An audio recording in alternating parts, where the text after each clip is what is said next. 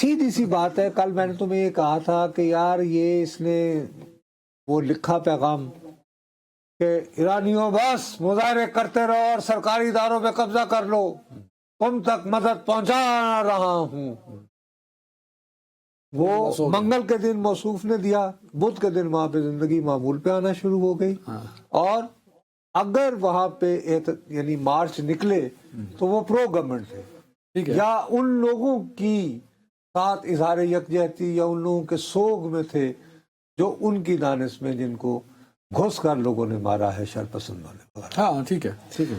वो जब हो गया तो उसके बाद ट्रम्प साहब फरमाते हैं कि ये जिन लोगों को गिरफ्तार किया गया है, इनको फौरी अगर इनमें से किसी को फांसी, नहीं फौरी रिहाई का मुतालबा नहीं किया, फांसी दिया, हाँ, अगर किसी को फांसी की सजा सुनाई गई तो मैं नहीं छोड़ूंगा, तो फिर नहीं छोड़ूंगा। उसका कितना भी स्पीडी ट्रायल हो तो फांसी लगाने में देर लगेगी। तो वो ईरान के वजीर खारजा ने बाकायदा ऑन द रिकॉर्ड कर दिया कि हम तो किसी को फिलहाल फांसी नहीं लगा रहे। तो वो भी बात ना रही। तीसरी बात यह है कि आज किसी भी वक्त जो है, आप तो वहाँ पे सुबह हो गई है, यूनाइटेड नेशन की सिक्योरिटी काउंसिल का इजलास अमेरिका ने तलब किया है।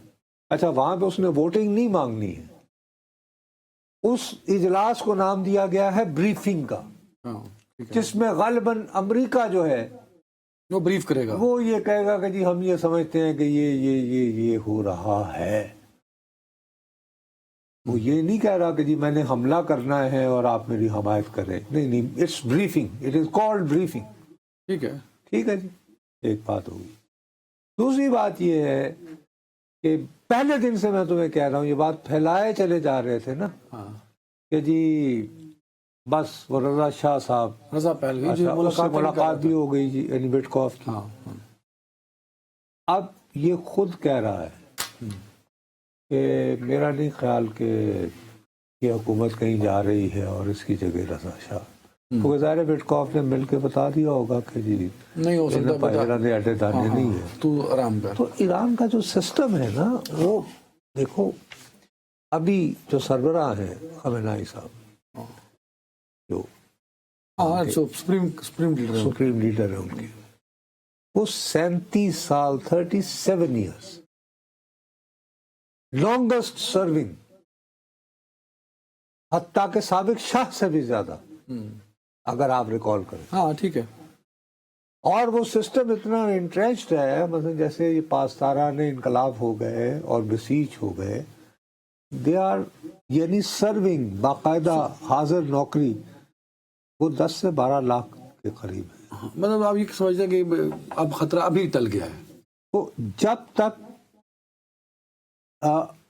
ईवाने इक़्तिदार के जो होते हैं ना, हमारे यहाँ भी ये होता रहा है ना, कि फर्ज करो कि अगर ताकतवर हलकों में से ही एक सेक्शन किसी के साथ न मिले तो अयूब खान के खिलाफ जो है वो तहरीक कामयाब नहीं होती। हाँ मतलब ठीक है, वो वहाँ पे भी याह्या खान आंख लगाता है तो अयूब खान को इस्तीफा देना पड़ता है।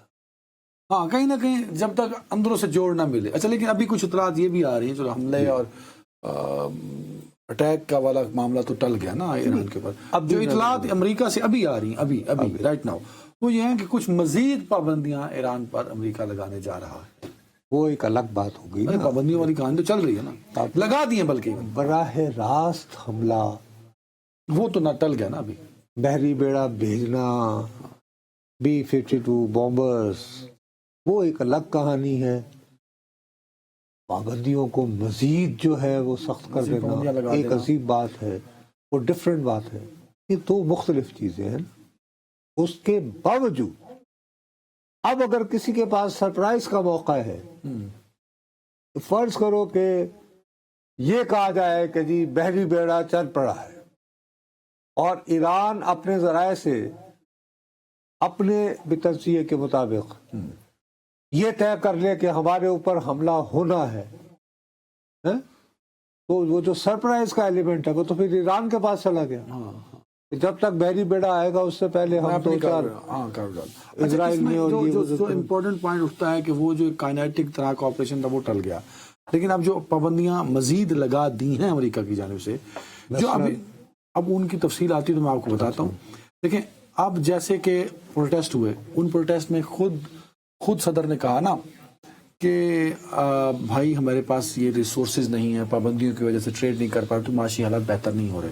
اب مزید پابندیاں لگا دی، جیسے کچھ شخصیات پہ پابندیاں لگائی ہیں، ان پہ ٹریول بین لگایا ہے، IRGC کے بہت سارے لوگوں پہ پابندیاں لگائی ہیں. تو ان پابندیوں کے ماحول میں اگر مزید پابندیاں اور سخت کر دی گئیں، جیسے کہا کہ یار ٹریڈ جو بھی ملک کرے گا اس پہ 25% ایکسٹرا پڑے گا، تو اس سے اور مزید اکنامک برڈن تو پڑے گا نا سر ایران کے اوپر.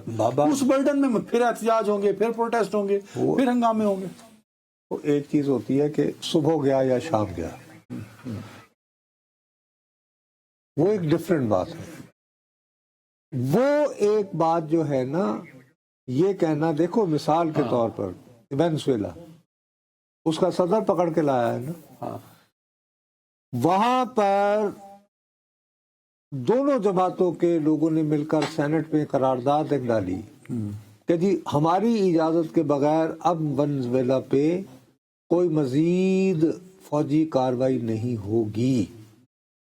ٹھیک ہے، تو ٹائی پڑ گئی. نائب صدر جے ڈی وینس نے ووٹ دیا تو 51 ہوئے، تو یہ منظور ہوا کہ ہاں جی، یعنی ہاں ٹھیک ہے کہ ہو سکتا ہے، کہ ہو سکتا ہے. دیکھو کتنی خوفناک ٹائی ہے. ایران پر تو اس کے بارے میں جو قریب ترین امریکہ کے دوست ہیں، سعودی عرب، عمان، قطر، یہ مسلسل کہے چلے جا رہے ہیں کہ صاحب آپ کو سمجھ نہیں آ رہی، ہمارے خطے میں آگ لگ جائے گی. آپ یہ ان مسلمان ملکوں کی بات چھوڑو، لداخ جو مقبوضہ جموں اینڈ کشمیر کا حصہ ہے، کل وہاں پہ کرگل میں اور لداخ شہر میں اتنے بڑے بڑے جلوس نکلے ہیں ایران کی حمایت میں کہ آنکھیں پڑ جاتی ہیں. بات سمجھ رہے ہو تم؟ ہاں ٹھیک ہے. تو اتنا آسان نہیں ہے.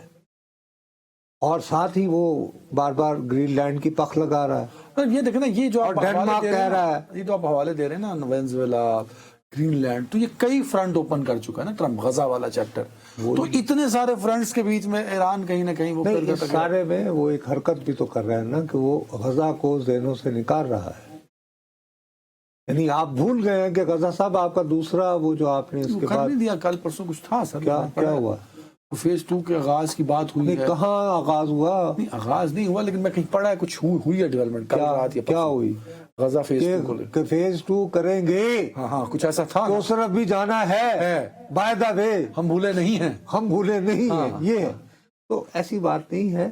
اس کے باوجود مطلب میں آپ کو یہ کہہ رہا ہوں کہ صورتحال ایسی فلکس میں ہوتی ہے کیونکہ ان کو اندازہ یہ ہوا ہے ابھی جا کے کہ یہ سسٹم بہت ویل انٹرینچڈ ہے، اس میں یہ اس طرح کی بات نہیں ہے. وینزویلا والی کہانی نہیں جا بندہ اٹھا کے تو لے، مطلب کہ ایسے ہم بات کر لیتے ہیں کہ آپ وہاں کے خامنائی صاحب کو اٹھا کے لے آئے، فرض کریں تو آلریڈی آپ نے ایک فہرست بنا رکھی ہے کہ if something happens to me تو A happens to them، A تو B تو C، یعنی کہ there is a succession کی لائن ہے. اور یہی ایک فائدہ ہوتا ہے نظم بنانے کا کہ ان کی تو تمام ایکسپیڈینسی کونسل ہے 80 ممبروں پر مشتمل، تو باہمی مشاورت. اس سے پہلے ان کے سرونگ جو ہیں صدر اور وزیر اعظموں، یعنی باقاعدہ تمہیں یاد ہے ابتدائی دنوں میں انقلاب کے، وہ ابھی بھی ریسنٹلی وہ رئیسی صاحب، تو وہ کتنا سموتھلی وہ ہو گیا تھا. ایون آرمی چیف ان کے، وہ اسی اسرائیلی حملوں میں شہید ہوئے تھے.